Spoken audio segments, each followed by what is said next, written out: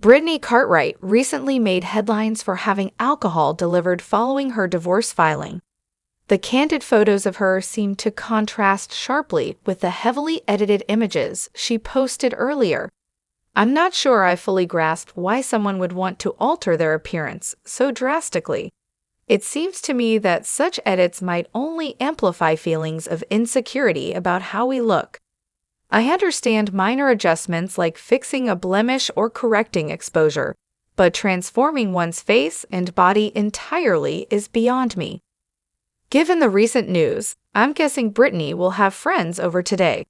After a major announcement like this, it's likely that people will come together to either celebrate, commiserate, or do a bit of both. They'll probably enjoy some music, chat, eat, and drink. If I were in the area, I'd definitely be heading over. Hello everyone, welcome back to my channel, Spill Chronicles. It's me, Ramona here. I hope everyone is having a wonderful day. Keep watching, so let's dive into today's video. At first glance, she might seem to look amazing, but let's take a closer look. Her hair is undeniably gorgeous, but those lips? Frightening. Her eyebrows are arched so dramatically that they bring the Joker to mind. And those overly large, uncomfortable-looking breasts. They're a reminder of that cringeworthy moment when Jax boasted about buying them and choosing their size. Gross. I used to find Brittany endearing, but then it hit me. This girl is a master manipulator, and I fell for it. She moved to LA long before she even hooked up with Jax, so she wasn't as new to the scene as she claimed. She set her sights on hooking up with a B-list reality star and used her Kentucky/Ohio charm to make it happen. Jax was smitten, likely with his guard down, and honestly, I never thought Brittany was his type, still don't. She had a life plan, and she executed it flawlessly. She got everything she wanted: the boobs, the friends, the nice house, a wedding in a castle, and a spot on Vanderpump Rules. The fact that she heavily edits her photos and controls her image shouldn't surprise anyone. She's been controlling the narrative since the moment she set foot in Wedo. And let's not forget, she's also been called out for racist behavior and even denying Sandy Hook. Brittany may be trash, but she's Jax's karma, and he's hers. They truly belong together. Rewatching Season 4, Brittany's face card really stunned me. I'm eager to see her enter her post-Jax, single queen era, but seriously, all the cast members, both men and women, need to dissolve their fillers ASAP. That said, let's not hype her up too much. Brittany has shown she's not exactly a great person either. Sure, Jax's awfulness overshadowed her, but she's also a Sandy Hook denier, has attacked people in comments, and defended Jax's terrible behavior time and again. I really feel for their kid. Personally, I'm not excited for her at all. She married Jax knowing exactly who he was, cheating on her with someone they both knew, and probably more. He treats her terribly, but she wanted a ticket to fame and got it. Plus, she's a Sandy Hook denier and a racist. She won't get any sympathy from me until she gets a serious reality check and apologizes to the many people she's wronged. She married Jax and had a child with him fully aware of who he is. She herself is a homophobic, Sandy Hook denying, alcoholic, and absentee parent who doesn't deserve anyone rallying around her as if she's some sweetheart superhero. I'm not a fan, but I do hope she gets some counseling so she can make better choices for her life. After all, nobody deserves a Jax as a husband. On a brighter note, this situation is bound to be a major storyline in the next season of The Valley. Maybe, just maybe, we'll see less of Blabla and Schemer. It'll definitely make for an interesting season without the usual hangers-on. Brittany recently shared that she had a moment during an argument when she realized she needed to separate from Jax. It's got me thinking, if you were in her shoes, what moment would have made you say, "I'm done"? For me, it would have been when Jax told her he was paying for her breast augmentation and could choose whatever size he wanted. That level of control and disrespect would have been my breaking point. Honestly, I would never have gotten involved with Jax in the first place. But if I were to try to see the relationship through Brittany's eyes, the moment I found out he had unprotected sex with Faith while she was supposed to be caring for a dying 95-year-old woman in hospice would have been the end. He would never see me again after that. Another moment that stands out is when she watched season 4 and saw that Jax had lied about wanting to sleep with Lala. The ease with which he lied would have shattered any trust for me. I'd like to say I would have left when he cheated with Faith, but I've taken back a cheating ex before, so I understand how hard it can be to walk away. Realistically, though, hearing the audio recording where Jax admitted he wasn't attracted to her and didn't want to marry her would have been my breaking point. My confidence would never have recovered from that. It's insane that the audio tape wasn't the last straw for her. His reaction afterward, where he yelled at her and blamed her, was abhorrent. Then, to top it off, he dumped her at the end of the season after sleeping with her.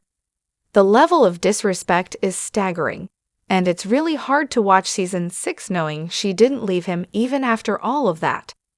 Even more shocking is that she was still begging him for another child as recently as the last season of The Valley, despite all their problems and the way he screamed at her, which was jarring to witness.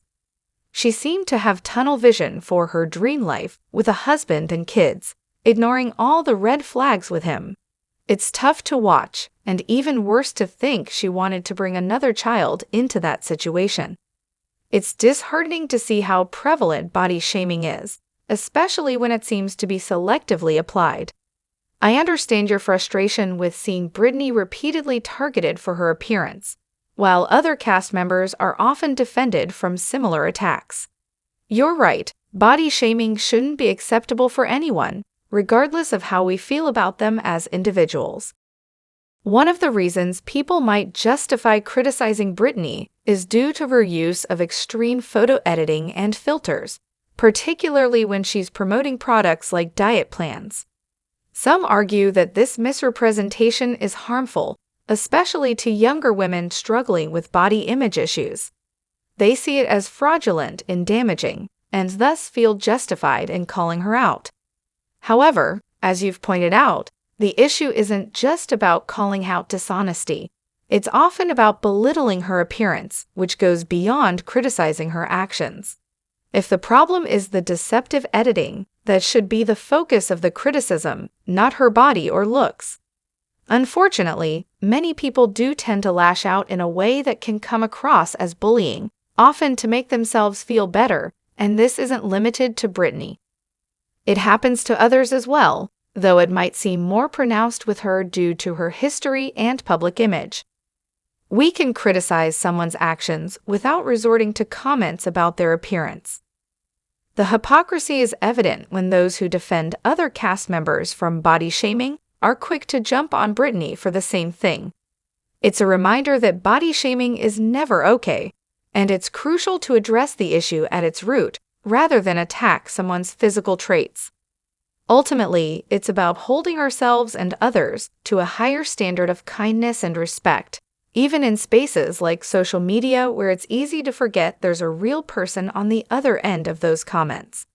It's interesting how perspectives on characters can shift during a rewatch, especially with someone as prominent as Lisa Vanderpump.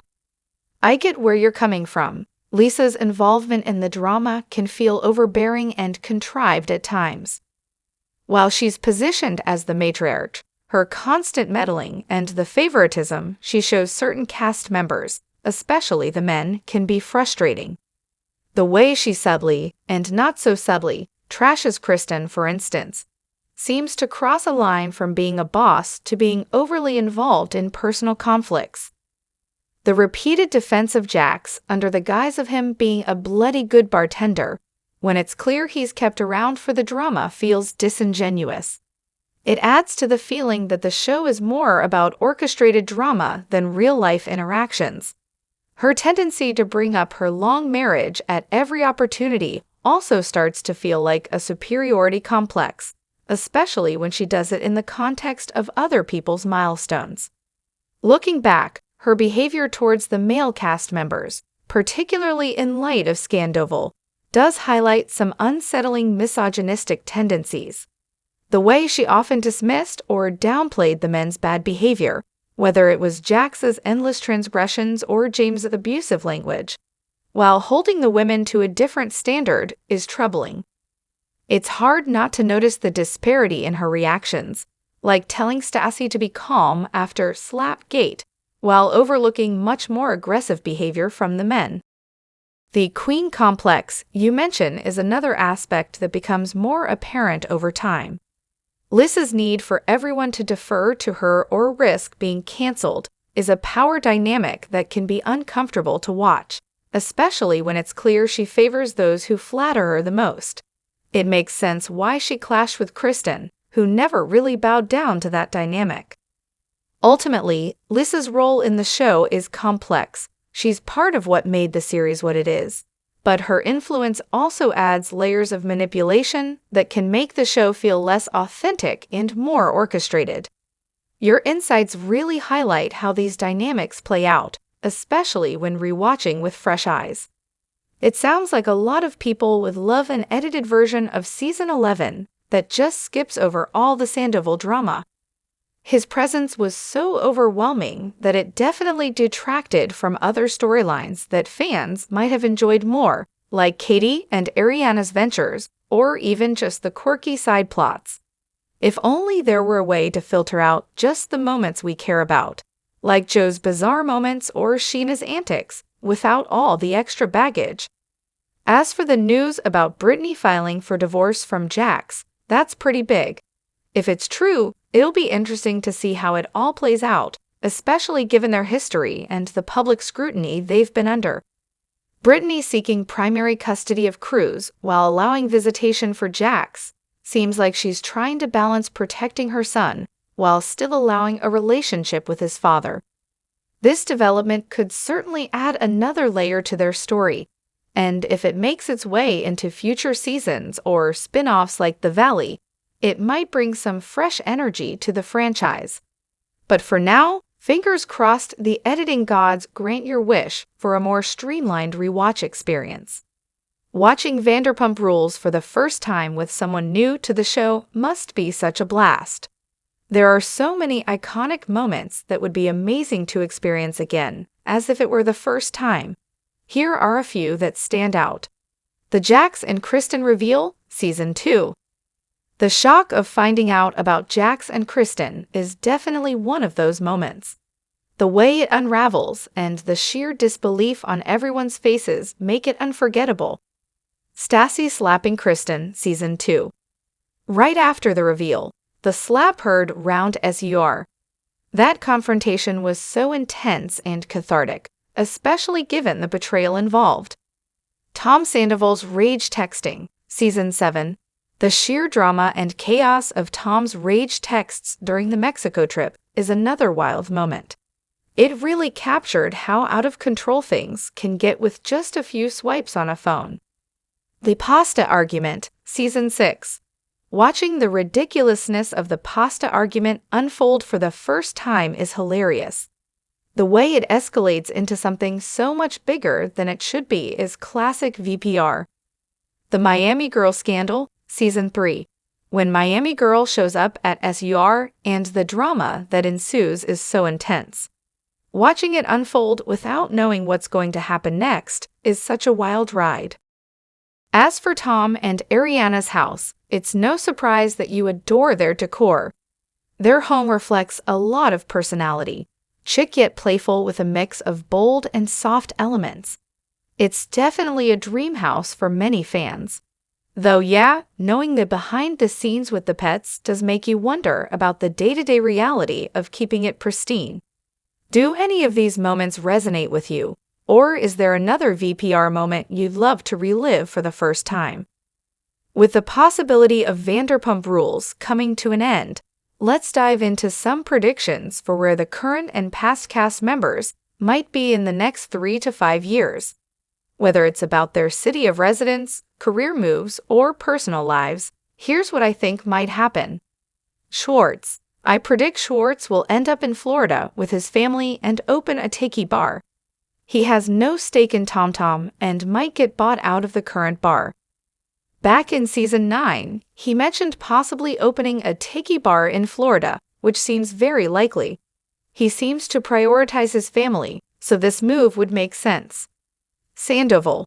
Sandoval will likely continue to chase his band dream, traveling and performing in dive bars. He may also remain active in reality TV, focusing on his villain persona or fitness-related content. James. James will probably become a traveling DJ, similar to Pauly D but with a more international focus. His energy and drive, along with his accent and dual citizenship, will serve him well. I suspect his current relationship might end, but he'll handle it just fine and continue to thrive. Jax. I foresee Jax spiraling and potentially facing jail time for 2 to 5 years due to fraud or theft. Brock. Brock might open a gym and create lucrative online workout videos. He could even collaborate with Sheena on couples workout videos.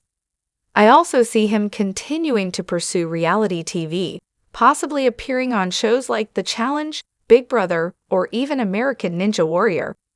Sheena. Sheena is likely to join Dancing with the Stars, where I think she'll excel. She might release 3 to 5 songs, with at least one becoming a hit. Besides her partner projects, she'll probably make more guest appearances on reality shows. Katie. Katie will likely expand her sandwich shop, possibly opening a new location in New York. She and Ariana might enjoy a bicoastal lifestyle, frequently traveling and continuing their podcast. I could also see a limited series following their journey of opening the NYC shop.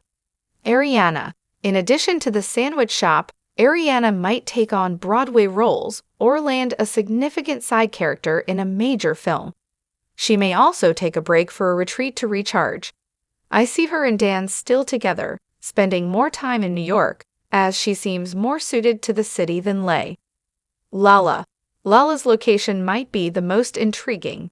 She could move to a quieter place to focus on her kids, and then return to the spotlight later. I see her continuing with reality TV, perhaps The Valley, and revisiting her makeup line and podcasts. She might also explore launching a clothing line.